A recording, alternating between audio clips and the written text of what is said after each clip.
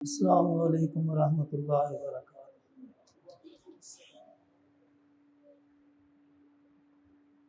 الحمد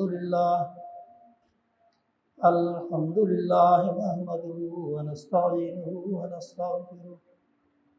ونؤمن به ونتوکل علیہ ونعوذ باللہ من شرور انفسنا ومن سیئات اعمالنا، من يهده الله فلا مضل له ومن يضلل فلا هادي له، وأشهد أن لا إله إلا الله وحده لا شريك له، وأشهد أن محمدا عبده ورسوله۔ اللهم صل على محمد وعلى آل محمد كما صليت على إبراهيم وعلى آل إبراهيم إنك حميد مجيد۔ اللهم بارك على محمد وعلى آل محمد كما باركت على إبراهيم وعلى آل إبراهيم إنك حميد مجيد۔ أما بعد فإن خير الحديث كتاب الله، وخير الهدي هدي محمد صلى الله عليه وسلم، وشر الأمور محدثاتها، وكل محدثة بدعة، وكل بدعة ضلالة، وكل ضلالة في النار۔ أعوذ بالله من الشيطان الرجيم، بسم الله الرحمن الرحيم۔ والسابقون الأولون من المهاجرين والأنصار والذين اتبعوهم بإحسان رضي الله عنهم ورضوا عنه، وأعد لهم جنات تجري تحتها الأنهار خالدين فيها أبدا، ذلك الفوز العظيم۔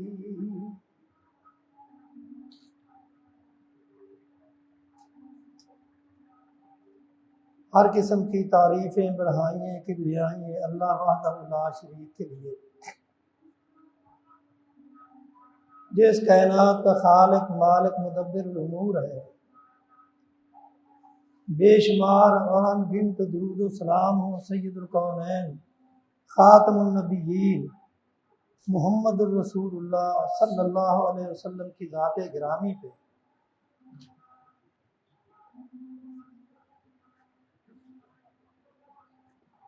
اللہ تعالیٰ نے رسول اللہ صلی اللہ علیہ وسلم کو ایک ایسا پاکیزہ صاف ستھرا دین دے کے بھیجا تاکہ اس دین کے ذریعے دنیا میں اللہ تعالیٰ رسول اللہ صلی اللہ علیہ وسلم کے ذریعے انقلاب لائے، اور اس دین کی آبیاری کے لیے اللہ تعالیٰ نے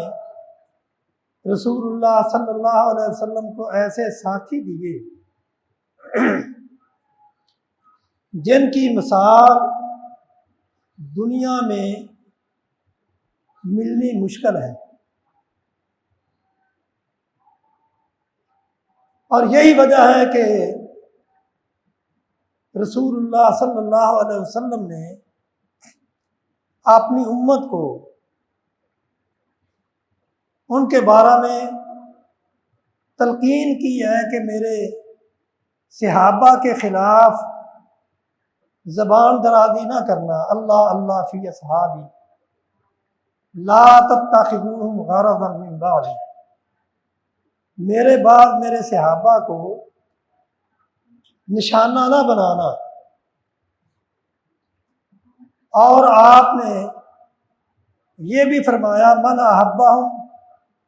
فبحبی احبہم ومن ابغضہم ببغضی ابغضہم، جو ان سے محبت رکھے گا میری محبت کی وجہ سے، یعنی جو میرے ساتھ محبت رکھے گا وہ ان سے بھی محبت رکھے گا، اور جو ان کے ساتھ بغض رکھے گا وہ میرا محب بھی نہیں ہو سکتا۔ اور جس نے زبان درازی کے ذریعے ان کو تکلیف پہنچائی، فمن آذاہم فقد آذانی، اس نے مجھے تکلیف پہنچائی، جس نے مجھے تکلیف پہنچائی اس نے اللہ کو تکلیف پہنچائی۔ من آذاہم فیوشک ان یاخذہ، اور جس نے اللہ کو تکلیف پہنچائی ان قریب اللہ تعالیٰ اسے پکڑے گا، اور جو اللہ کی پکڑ میں آ گیا وہ پھر بچے گا نہیں۔ اور اللہ کی پکڑ وہ دنیا میں بھی کئی دفعہ ہو جاتی ہے، لیکن اصل پکڑ جو ہے وہ آخرت میں ہے۔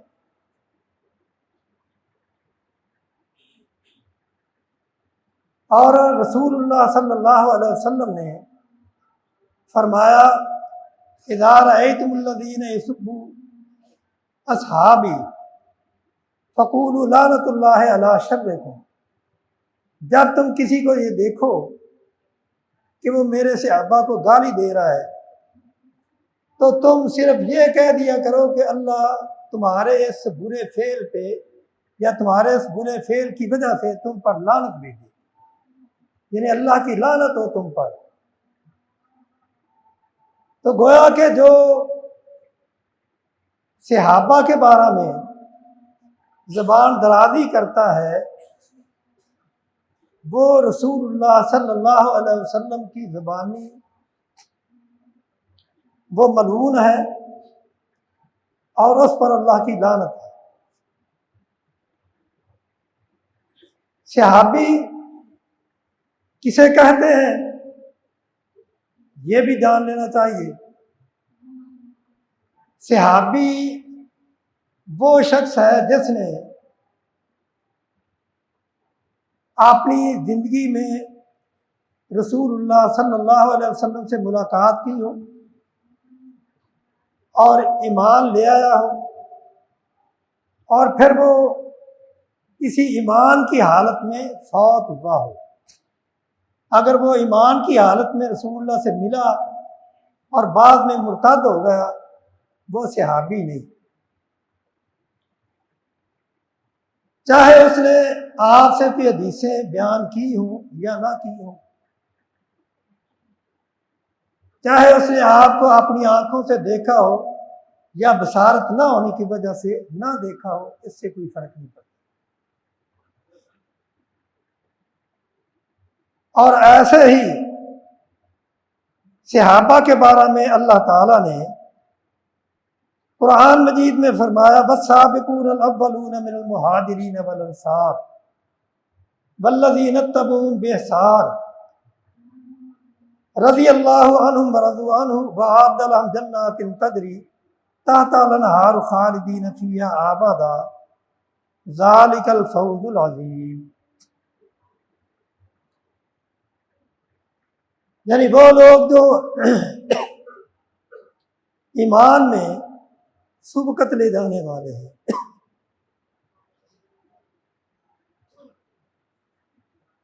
وہ انصار ہوں مہاجر ہوں، اور تیسری قسم والذین اتبعوہم بإحسان، جو اچھے طریقے سے ان کی اتباع کرتے ہیں، وہ اللہ سے راضی، اللہ ان سے راضی، اللہ تعالیٰ نے ان کے لیے باغات تیار کیے، ان میں ہمیشہ رہیں گے، یہ بہت بڑی کامیابی ہے۔ کیونکہ اللہ کا یہ دستور ہے، اللہ تعالیٰ نے ہر نبی کو کچھ ساتھی دیے، آپ سے پہلے بھی جتنے انبیاء ہوئے ان کے بھی ساتھی تھے، لیکن رسول اللہ صلی اللہ علیہ وسلم کو اللہ تعالیٰ نے جو ساتھی دیے ہیں ان کی مثال دنیا میں نہیں ملتی۔ اور اسے اندازہ اس بات سے آپ لگا سکتے ہیں کہ یہود بہت بڑی امت ہے، یعنی موسیٰ علیہ السلام کی امت ہے کہ افراد بہت زیادہ ہے، اور جو ان کے ساتھ رہے ان کی تعداد بھی بہت زیادہ ہے۔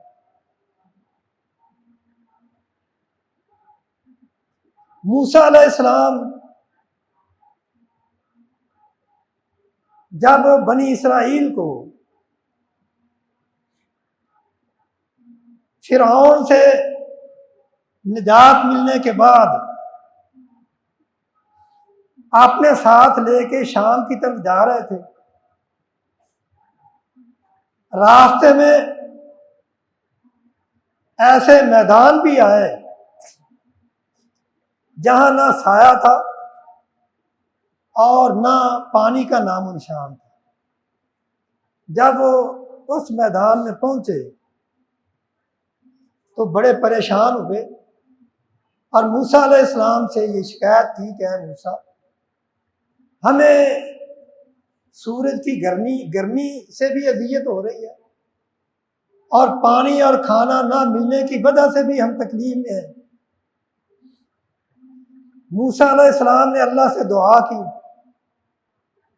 اللہ تعالیٰ فرماتے ہیں میں نے موسیٰ علیہ السلام کی دعا کو قبول کر کے وَظَلَّلْنَا عَلَيْهِمُ الْغَمَامَ وَأَنزَلْنَا عَلَيْهِمُ الْمَنَّ وَالسَّلْوَىٰ، ان کے سائے کے لیے میں نے بادل پیدا کر دیے، بادلوں نے سایہ کیا، ٹھنڈی ہوا چلائی، اور ان کے کھانے کے لیے من سلوا نازل کیا۔ پھر پیاس لگی تو اللہ سے دعا کی، اللہ تعالیٰ نے فرمایا نضرب بعصاک الحجر، اے موسیٰ اپنی لاٹھی اس پتھر کو مارو۔ لاٹھی پتھر کو ماری، اللہ نے 12 چشمے جاری کر دیے۔ بنی اسرائیل کے 12 قبیلے تھے، ہر قبیلے کے حصے میں ایک ایک چشمہ آ گیا۔ اتنا بڑا احسان اللہ کا، لیکن پھر بھی وہ کہنے لگے کہ اے موسیٰ، ہم ایک طرح کا کھانا کھا کے بیزار ہو چکے ہیں، اکتا گئے ہیں، آپ دعا کریں کہ اللہ تعالیٰ زمین سے ہمارے لیے سبزیاں اگائے، دال اگائے تاکہ ہم وہ کھائیں، ذائقہ بدلے۔ اللہ تعالیٰ نے وہ بھی دے دیا، لیکن پھر ایسا وقت بھی آیا کہ موسیٰ علیہ السلام نے فرمایا کہ اے بنی اسرائیل، اللہ تعالیٰ نے تمہارے اوپر اتنے احسانات کیے ہیں، لہذا اب اللہ کا یہ مطالبہ ہے کہ تم یہ جو بیت المقدس ہے اس کو آزاد کروانے کے لیے تمہیں جہاد کرنا پڑے گا۔ تو جب جہاد کا نام سنا تو ان کے پاؤں تلے سے زمین نکل گئی، کہنے لگے اے موسیٰ ان فیہا قوم جبارین وَإِنَّا لَن نَدْخُلَهَا حَتَّى يُخْرَجَ مِنْهَا فَإِن يَخْرُجُوا مِنْهَا فَإِنَّا دَاخِلُونَ۔ اے موسیٰ، ہم تو ان کا مقابلہ نہیں کر سکتے، ہم اس شہر میں اس وقت داخل ہوں گے اگر یہ نکل جائیں۔ انہوں نے سمجھایا کہ اللہ نے اتنے احسانات کیے ہیں تم پر، اور ان احسانات کا شکریہ ادا کرو، اور تمہیں ہوتا کچھ نہیں، تمہارا کام یہ ہے کہ جہاد کی نیت سے میدان میں اترنا۔ اللہ تعالیٰ ان کے دلوں میں تمہارا اتنا رعب بٹھا دیں گے کہ وہ تمہیں دیکھ کے شہر چھوڑ کے نکل جائیں گے، لیکن ان کے اندر پھر بھی نہیں یہ ہمت ہوئی۔ کہنے لگے ان فیہا قوم جبارین، اے موسیٰ یہ قوم بڑی طاقتور ہے، ہم ان کا مقابلہ نہیں کرتے۔ اور آخر میں سمجھانے کے بعد یہ کہتے ہیں اچھا اگر یہی کام ہے فاذهب انت وربك فقاتلا انا ہاہنا قاعدون، اے موسیٰ تو اور تیرا رب دونوں جاؤ،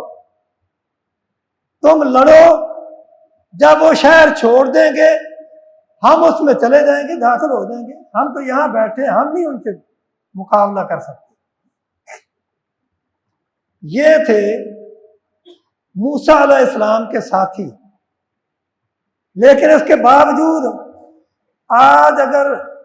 یہودیوں سے پوچھا جائے کہ بنی اسرائیل میں سے سب سے بہترین آدمی کون تھے، تو وہ یہی کہیں گے کہ جو موسیٰ علیہ السلام کے ساتھی تھے، یعنی جو موسیٰ علیہ السلام کے صحابی تھے وہ ہم میں سے سب سے افضل ہیں۔ اور عیسائیوں کے بارے میں سنیں، جب عیسیٰ علیہ السلام کو پکڑنے کے لیے دشمن آیا تو عیسائیوں نے 30 درہم لے کے عیسیٰ علیہ السلام کو گرفتار کروا دیا۔ اور اب اگر یعنی وہ بھی صحابی تھے نا عیسیٰ علیہ السلام کے، اور اب آج عیسائیوں سے پوچھا جائے کہ نصارہ میں سب سے افضل کون ہے، تو وہ یہ کہیں گے سب سے افضل عیسیٰ علیہ السلام کے صحابی ہیں، جو ان کے صحابی تھے، جو ان کے ساتھ رہے ہیں، وہ ہم میں سب سے افضل ہے۔ اور ادھر جو ساتھی اللہ تعالیٰ نے رسول اللہ صلی اللہ علیہ وسلم کو دیے، ان کا مقام کیا ہے؟ یعنی جب کفار مکہ نے مدینہ پہ حملہ کیا اور وہ اس ارادے سے آئے کہ آج ہم نے مسلمانوں کو صفحہ ہستی سے مٹا دینا ہے، تو رسول اللہ صلی اللہ علیہ وسلم نے صحابہ کو اکٹھا کیا اور ساری صورتحال سے آگاہ کیا۔ تو صحابہ نے سب سے پہلے مہاجرین، انہوں نے آپ کو یقین دہانی کروائی، اے اللہ کے رسول ہم آپ کے ساتھ ہیں، ہم نے مکہ میں رہتے ہوئے بھی آپ کا ساتھ نہیں چھوڑا، ہر قسم کی آزمائش سے گزرے اور آج بھی ہر قسم کی آزمائش سے گزریں گے، آپ کا ساتھ نہیں چھوڑیں گے۔ لیکن رسول اللہ صلی اللہ علیہ وسلم پھر پوچھتے ہیں کہ کیا کرنا چاہیے؟ انصار سمجھ گئے کہ رسول اللہ صلی اللہ علیہ وسلم ہمارا جواب چاہتے ہیں۔ حضرت مقداد رضی اللہ تعالیٰ عنہ فرماتے ہیں کہ اے اللہ کے رسول آپ بے فکر رہیں، ہم بنی اسرائیل کی طرح آپ کو یہ نہیں کہیں گے فاذهب انت وربك فقاتلا انا ہاہنا قاعدون، اے اللہ کے رسول جہاں آپ کا پسینہ گرے گا ہم اپنے خون کی ندیاں بہا دیں گے، لیکن آپ کا ساتھ نہیں چھوڑیں گے۔ اور حضرت سعد رضی اللہ تعالیٰ عنہ فرمانے لگے کہ اے اللہ کے رسول ہم نے آپ کے ہاتھ پہ بیعت کی ہے، سمجھ سوچ کے بیعت کی ہے، ہم اپنے دلوں کو آپ کے سپرد کر چکے ہیں، آپ کے ہاتھوں میں اپنے ہاتھ دے چکے ہیں، آپ ہمیں جہاں لے جانا چاہیں ہم جانے کے لیے تیار ہیں، جس سے لڑانا چاہیں ہم اس سے ٹکرانے کے لیے تیار ہیں۔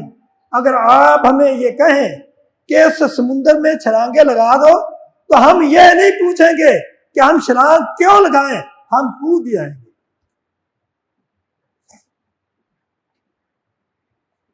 یہ تھا ان صحابہ کا جذبہ،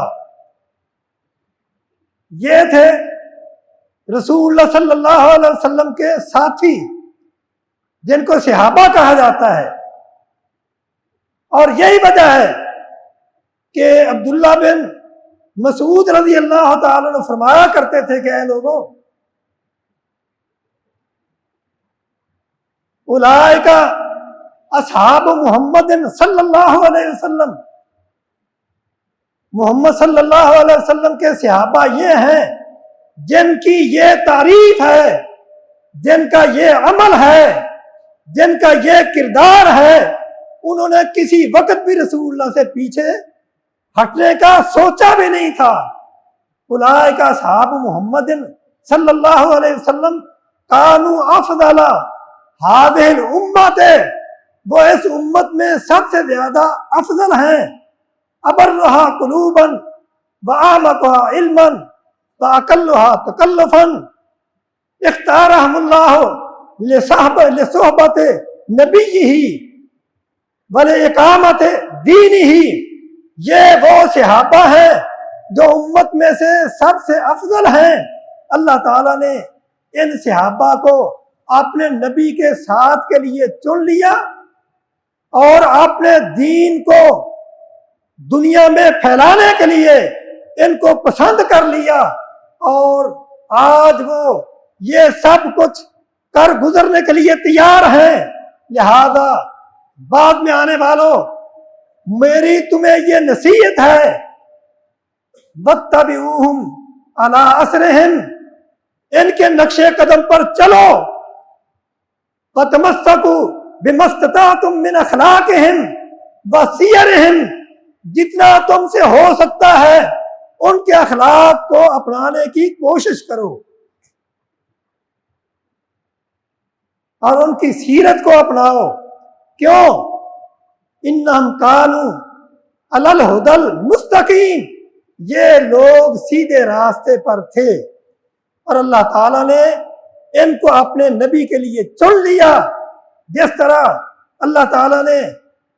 مخلوق کے دلوں کی طرف دیکھا تو تمام دلوں میں سے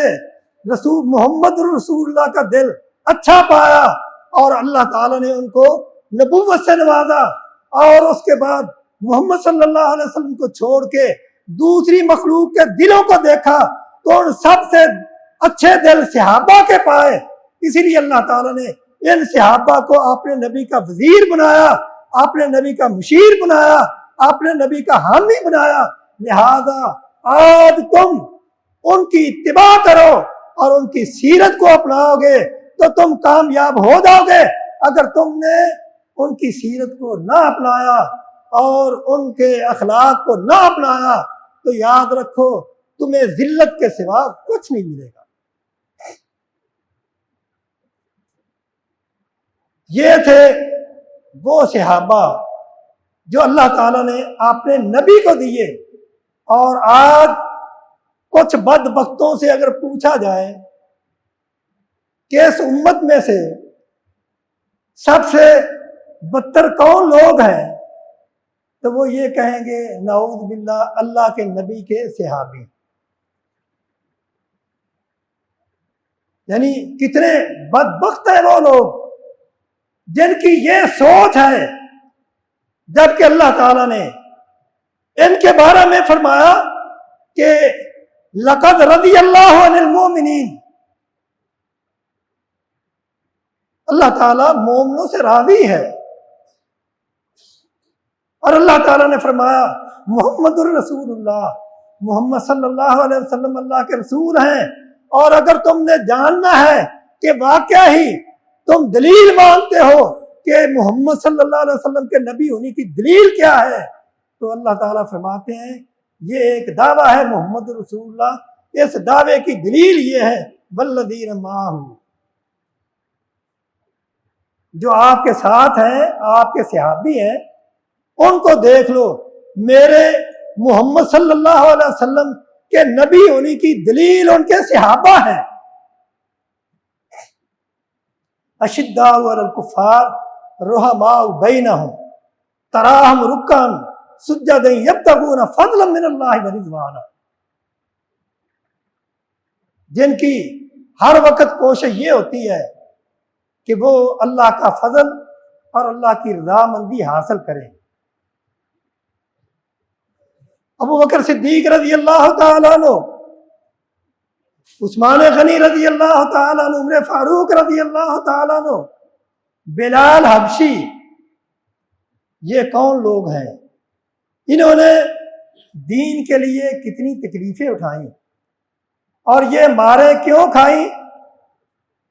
آج تو لوگ جیلوں میں جاتے ہیں تاکہ جب حکومت آئے تو دنیاوی فوائد حاصل کرے، اور وہاں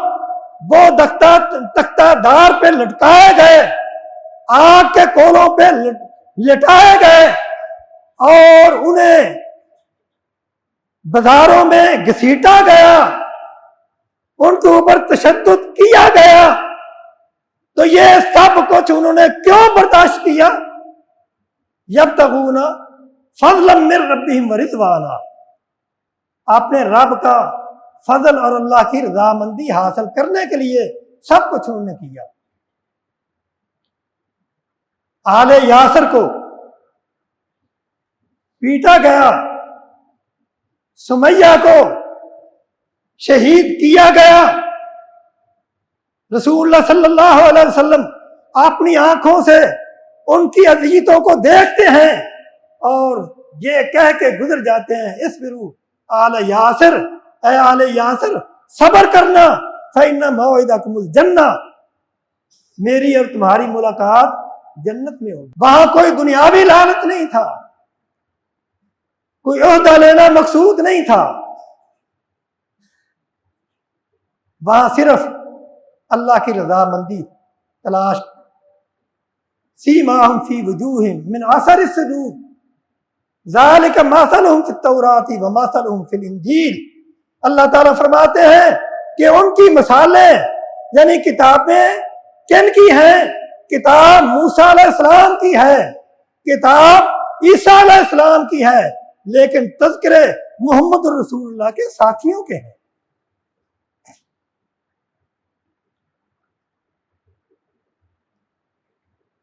اور اس لیے اللہ تعالیٰ فرماتے ہیں وعد اللہ الذین آمنوا وعملوا الصالحات منہم مغفرۃ واجر عظیما۔ اللہ تعالیٰ نے ان لوگوں سے بخشش کا اور اجر عظیم کا وعدہ کیا ہے۔ اور کہیں اللہ تعالیٰ فرماتے ہیں وَلَٰكِنَّ اللَّهَ حَبَّبَ إِلَيْكُمُ الْإِيمَانَ وَزَيَّنَهُ فِي قُلُوبِكُمْ وَكَرَّهَ إِلَيْكُمُ الْكُفْرَ وَالْفُسُوقَ وَالْعِصْيَانَ أُولَٰئِكَ هُمُ الرَّاشِدُونَ۔ اللہ تعالیٰ فرماتے ہیں وَلَٰكِنَّ اللَّهَ حَبَّبَ إِلَيْكُمُ الْإِيمَانَ، اللہ تعالیٰ نے ایمان کو ان کے دلوں میں محبوب بنا دیا۔ وَزَيَّنَهُ فِي قُلُوبِكُمْ، اور ان کے دلوں کو ایمان کے ذریعے مزین کر دیا۔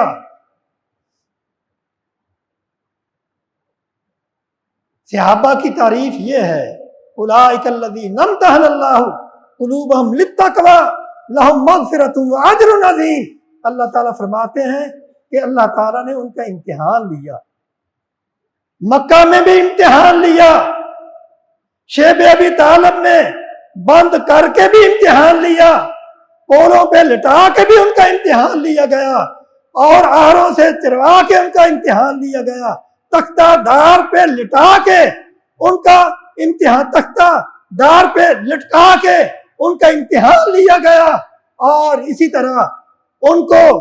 پتھروں پہ گھسیٹ کے ان کا امتحان لیا گیا، میدان بدر میں ان کا امتحان لیا گیا، میدان احد میں ان کا امتحان لیا گیا، میدان خندق میں، جنگ خندق میں ان کا امتحان لیا گیا، اور جنگ تبوک میں ان کا امتحان لیا گیا۔ اولئک الذین امتحن اللہ قلوبہم للتقوی لہم مغفرۃ واجر عظیم۔ اللہ کی طرف سے آواز آتی ہے کہ اے میرے بندو، ان میرے بندوں کے لیے بخشش ہی بخشش ہے، اور پھر اعلان ہوتا ہے کہ میرے یہ بندے جو بدر میں شریک ہوئے تھے، اگر ان سے کوئی غلطی بھی ہوگی کسی موقع پہ، جس طرح حاتب بن ابی بلتا ایک رات کو فاش کر بیٹھے جس سے رسول اللہ نے منع کیا تھا، اور پھر وہ راز افشا ہو گیا، پتہ چل گیا، رسول اللہ کے سامنے پیش ہوئے، انہوں نے اپنا عذر پیش کیا، تو آپ نے فرمایا، حضرت عمر رضی اللہ تعالیٰ عنہ کہنے لگے اے اللہ کے رسول آپ مجھے اجازت دیں میں اس منافق کی گردن اڑا دوں۔ رسول اللہ نے فرمایا تھا اے عمر بیٹھ جاؤ، لعل اللہ اطلع علی اہل بدر فقال اعملوا ما شئتم وقد غفرت لکم۔ اللہ تعالیٰ نے بدر والوں کی طرف جھانک کے یہ کہہ دیا تھا کہ اے بدر والوں آج کے بعد میں تم سے اتنا راضی ہوں، اگر تم سے کوئی بشری غلطی بھی ہو گئی تو جاؤ میں نے پیش کی تمہیں معاف کر دیا۔ لعل اللہ اطلع علی اہل بدر، اللہ تعالیٰ نے بدر والوں کو جھانک کے یہ کہہ دیا کہ جاؤ میں نے تمہیں معاف کر دیا ہے۔ اور اسی طرح جنگ احد میں اگر کوئی صحابہ سے غلطی ہوئی تو اللہ تعالیٰ نے فرمایا عفا اللہ عنکم، جاؤ میں نے تمہیں معاف کر دیا ہے۔ اللہ تو ان کی غلطیوں سے صرف نظر کرے، اور آج کتنے لوگ ایسے ہیں جو ان کی غلطیوں کو، بشری غلطیوں کو دنیا میں اجاگر کرتے ہیں۔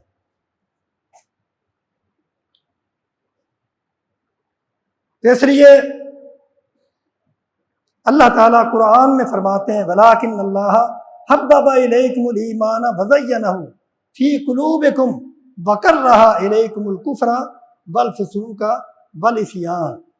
اللہ تعالیٰ منع فرما رہے ہیں کہ اے لوگوں دیکھنا، کہیں گناہ کو گھسیٹ کے صحابہ کے قریب نہ لے آنا، گناہ کو گھسیٹ کے صحابہ کے قریب نہ لے آنا، کیونکہ صحابہ کا گلشن ایمان وہ ہے جس سے اللہ تعالیٰ نے کفر کو، فسق کو، عصیان کو دور رکھا ہے، اس کے قریب نہیں آنے دیا۔ وَكَرَّهَ إِلَيْكُمُ الْكُفْرَ، اس کے مخاطب کون ہے؟ اللہ تعالیٰ نے برا جانا، تمہارے پاس کفر کا آنا، فسق کا آنا اور عصیان کا آنا، نافرمانی کا آنا۔ صحابہ کے ایمان کا گلشن اتنا پکیزہ ہے، اللہ تعالیٰ نے کفر، فسق اور نافرمانی کو اس کے قریب نہیں آنے دیا۔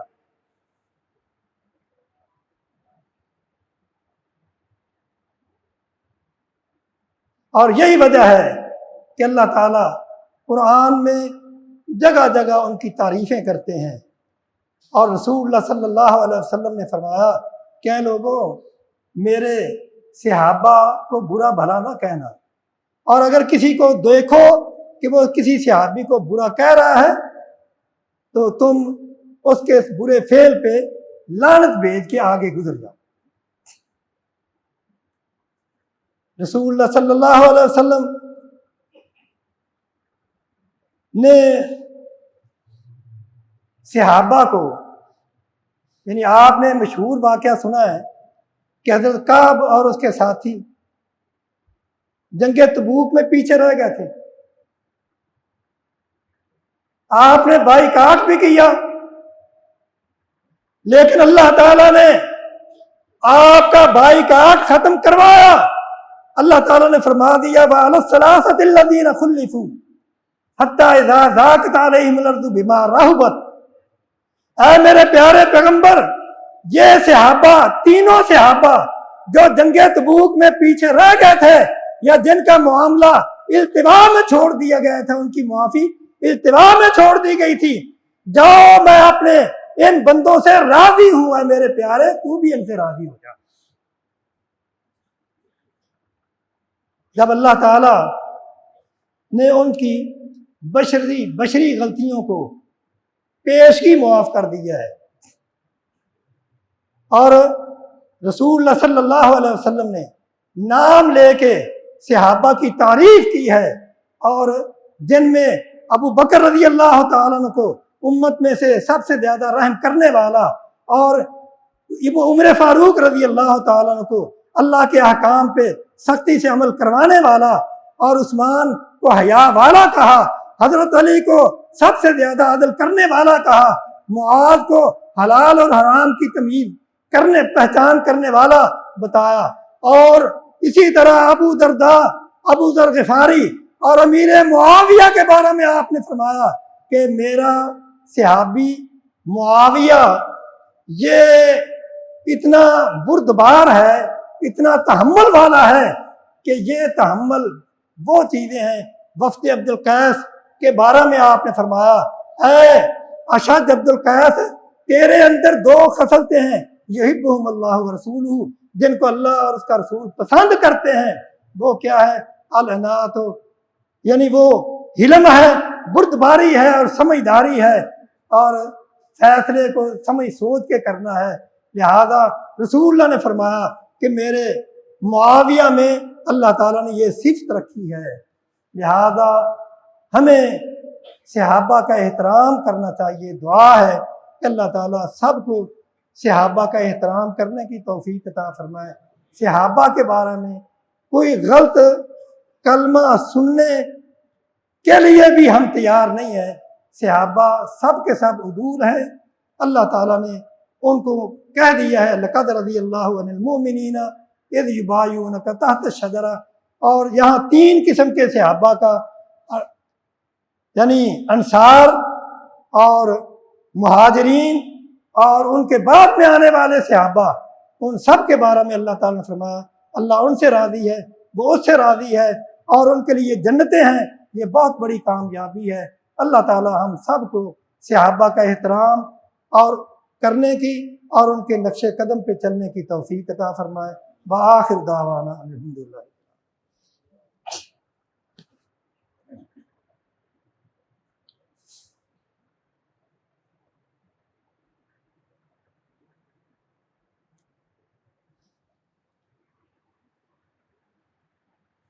الحمدللہ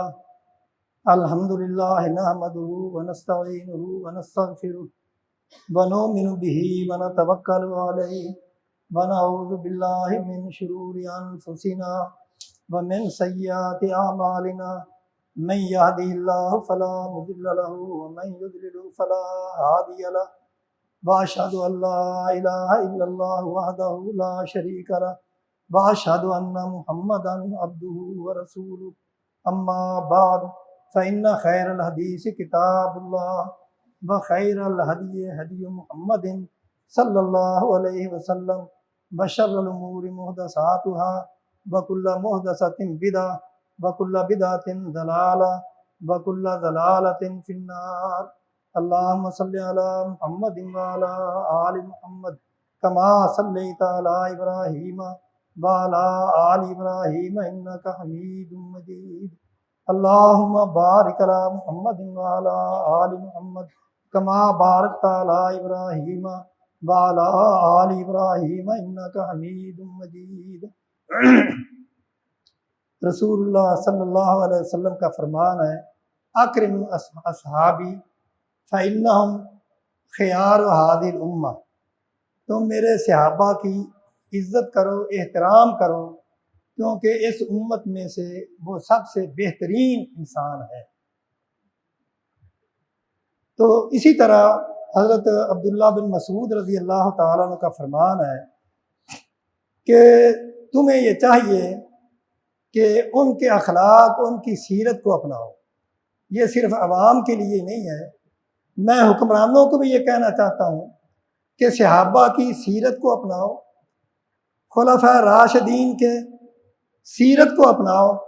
اگر تم ملک میں استحکام چاہتے ہو تو آپ نے جو عللے تللے ہیں، اپنی عیاشیاں وہ چھوڑو۔ حضرت ابو بکر رضی اللہ تعالیٰ عنہ جب خلیفہ بنے تو کھاتے پیتے گھرانے کے تاجر، بہت بڑے تاجر تھے، تو جب خلیفہ بنے تو ان کے بارے میں کیا فیصلہ ہوا کہ ان کو اتنا وظیفہ دیا جائے گا جتنا ایک عام آدمی کی کمائی ہے، ایک عام آدمی کا جتنا خرچ ہے۔ تو تم نے عام مزدور کی مزدوری 37,000 مقرر کی ہے نا اس دفعہ، کیوں جی بجٹ میں؟ غالباً 37,000 یا 47,000، یہ بجٹ میں انہوں نے عام آدمی کی مزدوری مقرر کی ہے۔ اگر حکومت میں بیٹھنے والے، بڑے بڑے عہدوں پہ کام کرنے والے یہ 5 سال کے لیے یہ کفایت شعاری کریں کہ جتنا یہ دوسروں کے لیے بجٹ پاس کرتے ہیں اتنے میں یہ خود بھی گزارا کریں، اور کہتے ہیں ہم تنخواہ نہیں لیتے، تنخواہ نہیں لیتے، جو ٹی اے ڈی اے ہیں وہ کتنے ہیں؟ اپنے ٹی اے ڈی اے چھوڑو،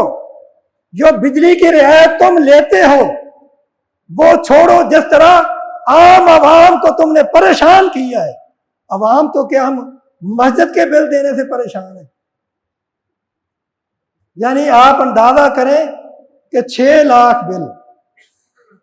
جس میں میرا خیال زیادہ جو ہے وہ ٹیکس ہیں، زیادہ آدھے سے زیادہ ٹیکس ہیں، تو یہ ظلم تم عوام پہ کرتے ہو۔ تو یاد رکھو، ہم تو آپ کے لیے بد دعا نہیں کرتے، لیکن عوام کی بد دعائیں نکلیں گی تو آپ کو اللہ تعالیٰ دنیا میں ایسی سزا دے گا کہ آپ دنیا کے لیے، آنے والوں کے لیے عبرت بن جائیں گے۔ اس برے انجام سے بچنے کے لیے اپنی اصلاح کرو، عوام پہ رحم کرو، اللہ تعالیٰ تمہیں سیدھا راستہ دکھائے۔ وآخر سبحان ربک رب العزت عما یصفون وسلام علی